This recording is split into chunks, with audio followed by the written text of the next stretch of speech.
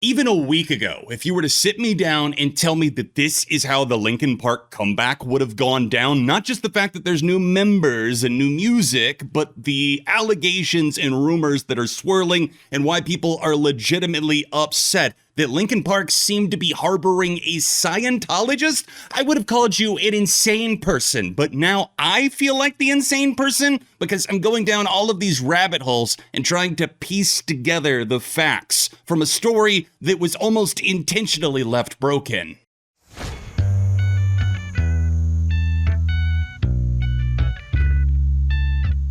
Hey neighbor, welcome back to the channel. My name is John. We're going to be talking about Linkin Park a little bit more in depth today, not just because of the comeback, but because of the other things swirling around their new lead singer, Emily Armstrong of the band Dead Sarah. Emily is not that far removed from the guys' age, the ones who are still in the band. Rob is out of Linkin Park, their former drummer now, and if the reason perhaps that he left has a little something to do with Emily Armstrong, then my respect points just went through the roof for him. I've tried to keep my mouth shut about negative feelings that I had towards the idea of Linkin Park making a comeback, which many have confirmed that this has been going on, if not since 2017, then definitely since 2019 pre-COVID, that they were trying to put together a new version of the band and a new album, and meanwhile, Mike Shinoda's out slinging NFTs. Oh, it's a collection of 5,000 unique audio and visual NFTs. Why don't you tuck those in your back pocket there, Mike? I'm pretty much a lifelong Linkin Park fan over here. I'm not coming at this with the idea of no knowledge of the band, no respect for their history or their roots, quite the opposite. In fact, that's a huge part of the reason that I and so many others are just angry. So who the hell is Emily Armstrong beyond just singing in this band Dead Sarah? She's been in that band since 2002, and she got into, music with the support of her parents, who, conveniently, we've left out, are Scientologists. Emily is a second-gen Scientologist, somebody who was born into the faith. And what so many people don't seem to be comprehending, and I've seen comments even directed at me saying, why do you care about somebody's religion?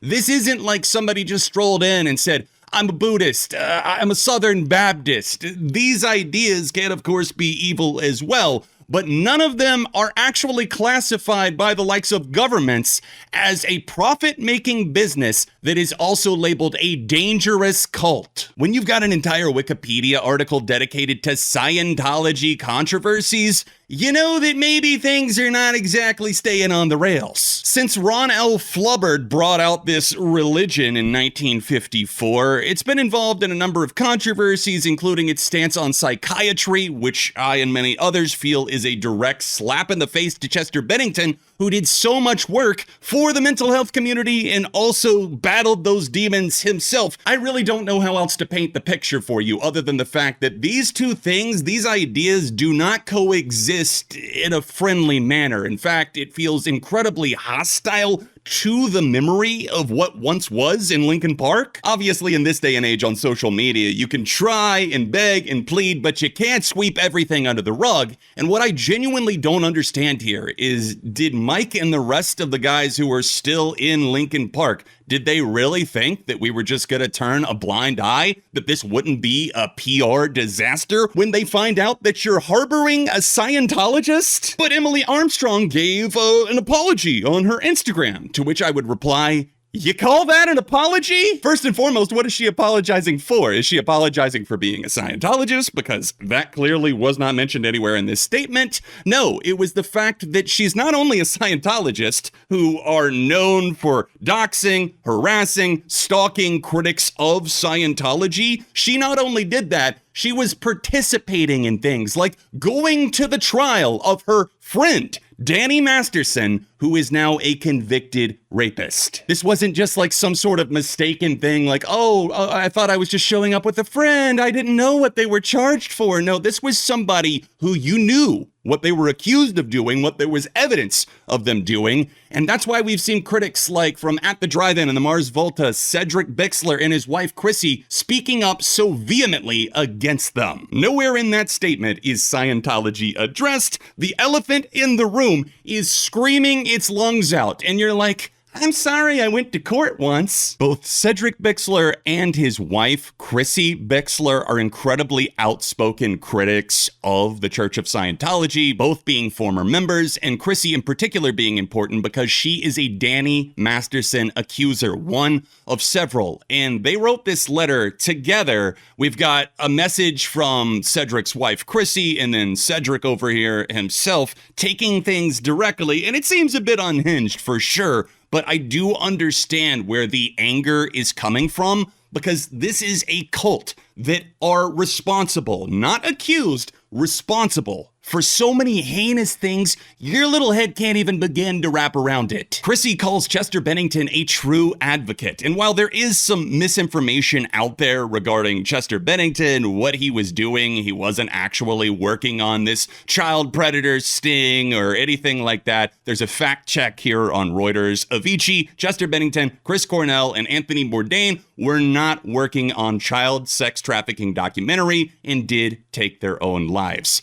It's sad, but obviously when tragic things happen, people want to believe that they didn't just do that to themselves, that they didn't lose the mental illness battle, and it's a very tragic and terrible thing, but it is what happened, and so many people try to rationalize it with conspiracies, and it's just not what happened. The biggest source that people were initially pointing to with Emily Armstrong, these allegations being credible, was a 2020 article from Tony Ortega, an independent journalist, I believe, who had taken the time to really document this, and we can see this photo of Emily Armstrong with Cedric from At the Drive-In at a 2013 Scientology gala. Tony Ortega, the reporter, followed up on this on his Substack, saying Emily Armstrong's tepid response to backlash seems designed to protect Scientology. And that is a very important headline right there. Designed to protect Scientology. What people don't seem to understand, I've watched a lot of different documentaries on Scientology and have even had a friend of a friend fall victim to the cult down in Clearwater, Florida. That is a city worth looking into alone if you are just skeptical of the idea that this is a cult, that this is something bad, this is something that we should care about or we should not care about. Look into Clearwater, Florida and tell me we don't have a problem. It's really great and important that channels like Growing Up in Scientology have been covering this from the perspective of somebody who used to be in the Church of Scientology, who has knowledge of these people, of these ranks, of how the celebrities are shielded from some of the worst parts. I'm talking people like John Travolta, maybe Emily Armstrong, and of course, Tom Cruise, their poster boy. Growing Up in Scientology, he's done a great job breaking this down, really covering it from the start, including one that I haven't seen from 12 minutes ago. But realistically, this is just one of many credible voices screaming out against the emptiness machine, if you will. I hate the fact that the music is feeling like the afterthought in the conversation. It's doing really well. It's being consumed. It's popular on the charts. Yeah, but at what cost? I promise you, I understand more than you will ever know about Linkin Park and them being so important, and especially if you're feeling torn, you really don't know what to do or where your loyalty lies. To me, Linkin Park, it's feeling like, died with Chester Bennington in 2017, because on this current path, I just don't want to support it. A new singer in Linkin Park was already going to be a tough pill to swallow, and it's not that Emily is completely talentless. I just think it's pretty clear from the live performances that she does not have the gusto, the energy, the tempo, whatever you want to call it, to be able to pull off Chester's vocal screams, the runs that he belts out, and this is maybe the next best thing, according to some people, but I could think of a lot of singers that could do it better. Now, while this next source is a bit of an asterisk, because while this is Chester Bennington's son, Jamie, he's kind of ostracized from the family, and he seems to believe in the conspiracy theories that his father's death was not a suicide, but something else. It's even in his Instagram bio. But like they say, maybe a broken clock is right twice a day. Chester Bennington's son slams Linkin Park for replacing his late father with new singer Emily Armstrong. You have betrayed the trust of fans. He went on a rant on social media, which has been captured and logged by Variety here. The picture pieces archive, and people aren't having a hard time wrapping their head around the prospect of Linkin Park reinventing itself.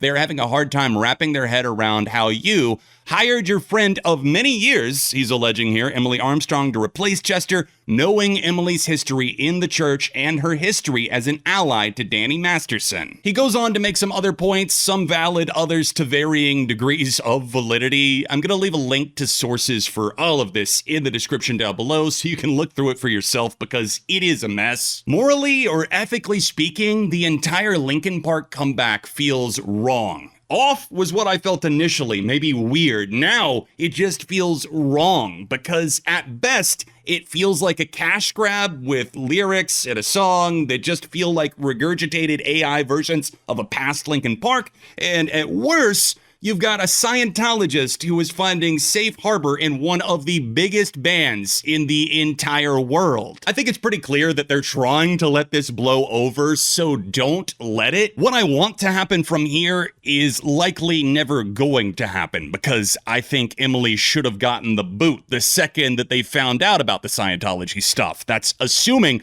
that they found out after, which there's no way in hell that they didn't already know. In 2024, there's no way that people aren't digging up dirt before they hire someone. Have a PR team, your Linkin Park. Have your candidate thoroughly vetted. But they've already made their stance clear. The Emily Armstrong non-apology is likely the best we're gonna get on the situation because somebody who's been in Scientology their entire life and is now in their late 30s, I don't think they're just suddenly gonna change the way they think. Oh, maybe she's left the church, she's distanced herself from it. Ben, why not say that? Why not immediately dispel the rumors and shut it down? They're not shutting it down because she's still a Scientologist. I do empathize to a degree with the perspective of people who are just trying to push this off the plate and saying, I'm just here for the music. It draws the line for me when somebody's religion is actively harming and oppressing and intimidating other people. You could say that about any religion, of course, but with Scientology, this is what it was founded on, and this is how they stay afloat, by bullying, ridiculing, and keeping the people who are in the cult